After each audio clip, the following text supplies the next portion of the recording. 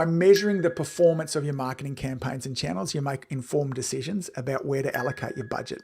Simple as that as well. We want to put more money where things are working, okay? This will allow you to optimize your strategies, attract new patients, increase awareness about the practice, and build a loyal patient base. We must be measuring this. Social media. This is a minimum of what we would want to be measuring from our social media. How many pieces of content did you create each month? How many followers did you have? It's about having people that follow us in the community. Engagement and reach are two things that you do want to be following closely. How many people are engaging with our content? The higher the engagement rate is, the more likely the social media platforms are going to distribute our content for us. And reach is, how far reaching is our content getting? How many eyeballs are we getting on it? You want to be checking appointments. Now remember, this will be captured in the new patient stats beforehand, and the vast majority of patients that come and see us from our social media, okay, it's one of the things they've checked out. It's not the only thing. Website, social media, and they had a referral also, okay?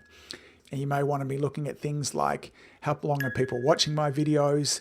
What is the through play of the videos? What is the cost if I'm doing some paid advertising? What is the cost as well? But at the very minimum, I want you looking at those items up above there as well.